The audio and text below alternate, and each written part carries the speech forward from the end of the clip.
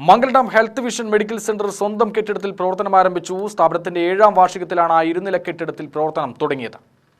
24 മണിക്കൂർ അത്യാഹിത സേവനവും ഡോക്ടറുടെ സേവനവും, lab, ECG, pharmacy, ambulance, home care എന്നീ സേവനങ്ങളും ഹെൽത്ത് വിഷനിൽ ലഭ്യമാണ്. ശിശുരോഗ വിദഗ്ധൻ ഡോക്ടർ TS രാജേന്ദ്രൻ, ഓമന, വൈഗ രതീഷ് എന്നിവർ ചേർന്ന് നാടമുറിച്ച ഉദ്ഘാടനം നിർവഹിച്ചു.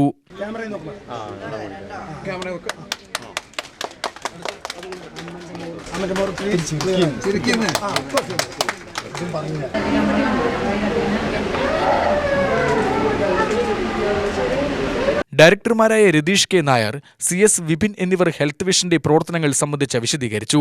Doctor Leena Rani, doctor TS Rajendran, doctor Bijoy Kumar, doctor Dani Mookkan എന്നിവരുടെ സേവനം ഇവിടെ ലഭ്യമാണെന്നും ആശുപത്രി അധികൃതർ പറഞ്ഞു.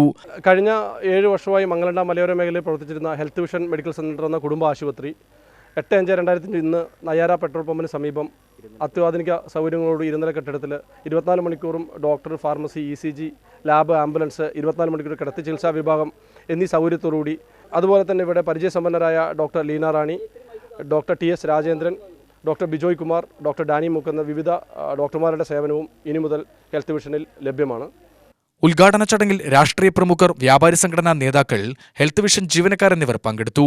മംഗലം കൂടാതെ നെന്മാറ, അയിലൂർ എന്നിവിടങ്ങളിലും ഹെൽത്ത് വിഷന്റെ സ്ഥാപനങ്ങൾ പ്രവർത്തിക്കുന്നുണ്ട്.